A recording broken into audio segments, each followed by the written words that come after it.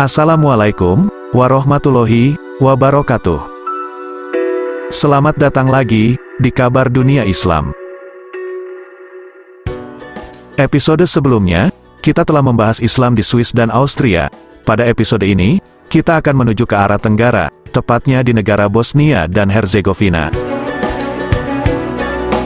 Bosnia-Herzegovina adalah negara Eropa di kawasan semenanjung Balkan. Negara ini hampir terkurung daratan, di mana di sebelah utara, barat, dan selatan dikelilingi oleh Kroasia, sedangkan di sebelah timur berbatasan dengan negara pecahan Yugoslavia lainnya, yaitu Serbia dan Montenegro. Hanya ada celah kecil selebar 20 km, yang menjadi penghubung negara ini dengan Laut Adriatik. Islam adalah agama yang paling tersebar luas di Bosnia dan Herzegovina. Islam diperkenalkan kepada penduduk lokal pada abad ke-15 dan ke-16 saat pembebasan oleh Kekhalifahan Utsmaniyah atau Ottoman atau Turki Utsmani atas Bosnia dan Herzegovina. Luas negara Bosnia-Herzegovina adalah sekitar 51.000 km persegi, atau sekitar 10.000 km persegi lebih luas dibanding negara Swiss. Kalau kita bandingkan dengan daerah di Indonesia, kira-kira sedikit lebih luas dari Provinsi Jambi, yang mempunyai luas 50.000 km persegi. Jumlah penduduk Bosnia pada tahun 2020 adalah 3.575.000 jiwa, hampir sama juga dengan penduduk Provinsi Jambi, yang sebanyak 3.548.228 jiwa. 51% penduduk Bosnia-Herzegovina beragama Islam yang kebanyakan dari etnis Bosniak, 31% beragama Kristen Ortodoks yaitu dari etnis Serbia dan 15% beragama Katolik yang mayoritas dari etnis Kroasia. Wilayah Bosnia-Herzegovina, sejak zaman dulu telah menjadi tempat berkembangnya beberapa peradaban. Bangsa Slavia Selatan atau Yugoslavia, yang mendiami wilayah ini, telah tiba pada sekitar abad ke-6 hingga abad ke-9 Masehi.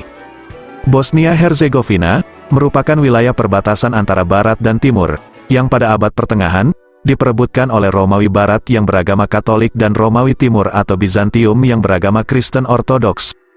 Di tengah perebutan itu, masuk pula kelompok Kristen lain yang disebut Bogomil. Mayoritas penganut Bogomil adalah masyarakat kelas atas Bosnia.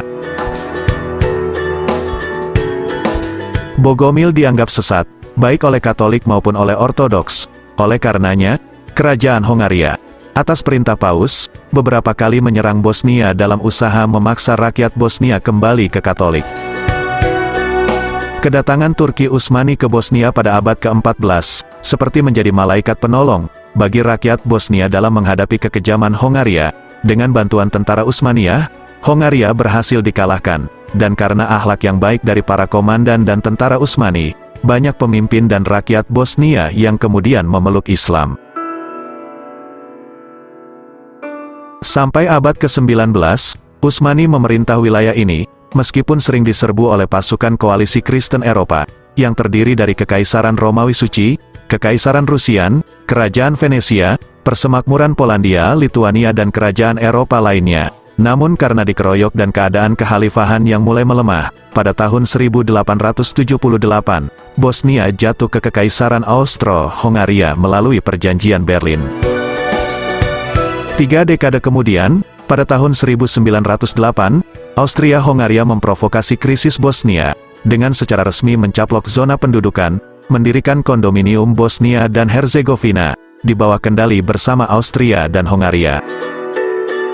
Pada tanggal 28 Juni tahun 1914, Pangeran Franz Ferdinand I, putra mahkota Austria-Hongaria yang sedang mengadakan kunjungan kenegaraan di Sarajevo, Bosnia, yang telah dianeksasi oleh Austria-Hongaria, tewas dibunuh oleh teroris Black Hand dari Serbia. Karena tidak ada tindakan pemerintah Serbia atas pelaku, maka Austria-Hongaria akhirnya menyatakan perang terhadap Serbia.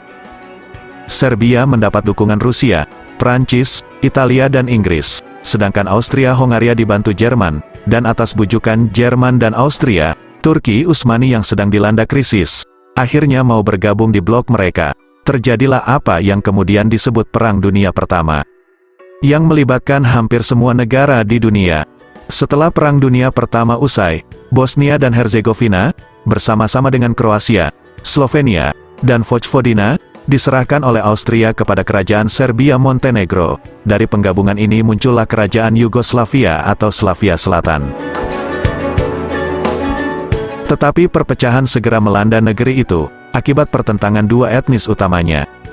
Orang Serbia berusaha membangun negara kesatuan, sementara orang Kroasia menginginkan federasi yang longgar. Kaum Muslim Bosnia terjebak dalam pertikaian tersebut, karena kedua pihak memperebutkan wilayah tersebut. Beberapa kaum Muslim mendukung klaim Serbia, dan menyebut dirinya sebagai Muslim Serbia. Namun lebih banyak lagi yang pro-Kroasia, dan menyebut dirinya sebagai orang Muslim Kroasia. Pertentangan tersebut kemudian meledak menjadi kekerasan setelah Jerman Nazi menguasai Yugoslavia tahun 1941. Setelah menaklukkan Yugoslavia, Hitler menggabungkan bekas provinsi Kroasia, Bosnia dan Herzegovina ke dalam negara boneka yang disebut sebagai Negara Kroasia Merdeka atau NDH. Negara tersebut dipimpin oleh Ante Pavelić, pemimpin organisasi nasionalis ekstrim Kroasia, Ustaša. Rezim NDH ini berusaha membersihkan wilayahnya dari orang Serbia, Yahudi, dan Gipsi. Oleh karena besarnya jumlah penduduk Serbia di NDH, kaum Ustaša bersekutu dengan kaum Muslim guna mengimbanginya. Banyak orang Muslim yang bergabung dengan rezim tersebut, di mana bahkan wakil presiden dan menlu NDH adalah tokoh-tokoh Muslim. Kaum Muslim juga bergabung dengan Jerman dalam memerangi gerilyawan Serbia, baik Chetnik maupun partisan, dua divisi SS atau Schutzstaffel, pengawal elit Hitler yang ditakuti, dibentuk dari kalangan kaum Muslim Bosnia, yaitu divisi Henzar dan Kama. Banyak orang Serbia yang selamat, bergabung dengan gerilyawan Chetnik yang pro-raja, dan kemudian melancarkan pembantaian balasan terhadap orang Kroasia dan Muslim. Konflik etnis berdarah ini memberikan keuntungan bagi kelompok partisan pimpinan Josip Broz Tito. Oleh karena berhaluan komunis yang tidak membeda-bedakan latar belakang etnis dan agama, kelompok ini menarik pendukung dari berbagai latar belakang yang tidak menyukai pertumpahan darah di antara sesama warga Yugoslavia. Setelah Jerman menyerah pada sekutu, kaum partisan dibantu Uni Soviet berhasil merebut kekuasaan di seluruh Yugoslavia setelah usainya perang. Setelah meraih kekuasaan atas Yugoslavia, Josip Broz Tito berusaha membangun kembali persaudaraan negeri itu di bawah bendera komunisme. Dalam upayanya untuk mengatasi perselisihan antar kelompok etnis dan agama, dia membentuk negeri itu menurut sistem federal yang ditarik berdasarkan etnisitas. Bosnia, yang karena memiliki penduduk yang plural, merupakan ujian berat bagi Tito.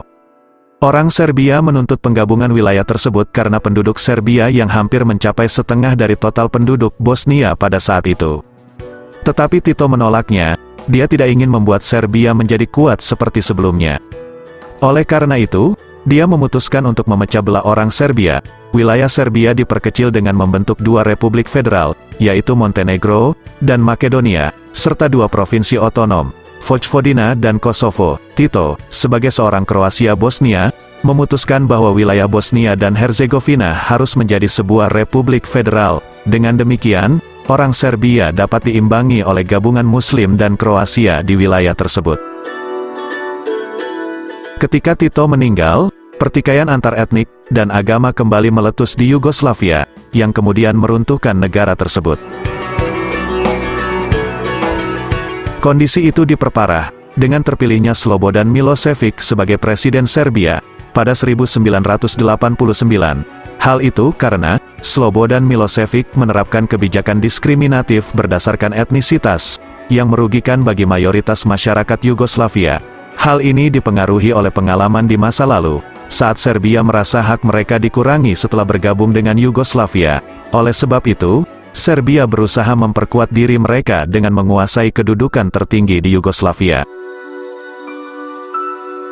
Yugoslavia terpecah belah pada tahun 1991 setelah runtuhnya rezim-rezim komunis di Eropa Timur. Mengikuti contoh Kroasia dan Slovenia, pada bulan Maret tahun 1992, Bosnia dan Herzegovina menyatakan kemerdekaannya melalui referendum yang diikuti oleh masyarakat Muslim, dan Kroasia Bosnia. Hal tersebut ditentang oleh penduduk Serbia di Bosnia, yang ingin menguasai seluruh wilayah eks-Yugoslavia. Pembersihan etnis Muslim Bosnia selama Perang Bosnia, menyebabkan gelombang pengungsian ke negara lain. Hal ini mengakibatkan populasi Muslim di Bosnia menurun drastis. Namun, pada awal abad ke-21, banyak sekali masyarakat Muslim Bosnia yang mengungsi ke negara lain, kembali lagi ke negeri asal mereka, dan mengakibatkan peningkatan populasi Muslim di Bosnia. Selain masyarakat Muslim yang terkena dampak perang, masjid pun menjadi sasaran angkatan bersenjata Serbia dan Kroasia. Mereka menghancurkan masjid-masjid bersejarah di Bosnia dan Herzegovina. Di bawah pimpinan Radovan Karadzic, orang Serbia Bosnia memproklamasikan Republik Srpska. Dengan bantuan pasukan federal pimpinan Jenderal Ratko Mladic, orang Serbia Bosnia berhasil menguasai 70% wilayah negeri itu. Dalam konflik ini, etnis Serbia yang mayoritas berusaha melenyapkan etnis Muslim, dan Kroasia, terjadilah pembantaian terbesar dalam sejarah yang jumlah korbannya hanya kalah oleh Perang Dunia, pembunuhan, penyiksaan, dan pemerkosaan oleh kaum Serbia kemudian menyebabkan pemimpin-pemimpin Serbia ditetapkan sebagai penjahat perang oleh PBB. Dalam perkembangan terakhir pun mereka menyatakan tidak puas karena tidak berhasil membersihkan etnik Muslim Bosnia. Akhirnya, setelah perang berdarah yang berlarut-larut, perdamaian di antara ketiga kelompok tersebut berhasil dipaksakan oleh NATO. Sesuai dengan kesepakatan Dayton tahun 1995, keutuhan wilayah Bosnia dan Herzegovina ditegakkan, namun negara tersebut dibagi dalam dua bagian, 51% wilayah gabungan Muslim Kroasia yaitu Federasi Bosnia dan Herzegovina, dan 49% Serbia atau Republik Srpska. Kini, Bosnia-Herzegovina mulai menghirup perdamaian, dan ketiga belah pihak, yaitu Muslim, Ortodoks dan Katolik, berusaha membangun saling percaya, akan tetapi memang perlu waktu lama untuk menghapuskan permusuhan berabad-abad itu. Salah satu hal yang diusahakan untuk membangun saling percaya tersebut, adalah mengadili para penjahat perang. Itulah Islam di Bosnia-Herzegovina, sejarah, dan kondisinya saat ini. Semoga Islam terus berkembang di Bosnia. Sampai jumpa di video-video kami selanjutnya. Wassalamualaikum warahmatullahi wabarakatuh.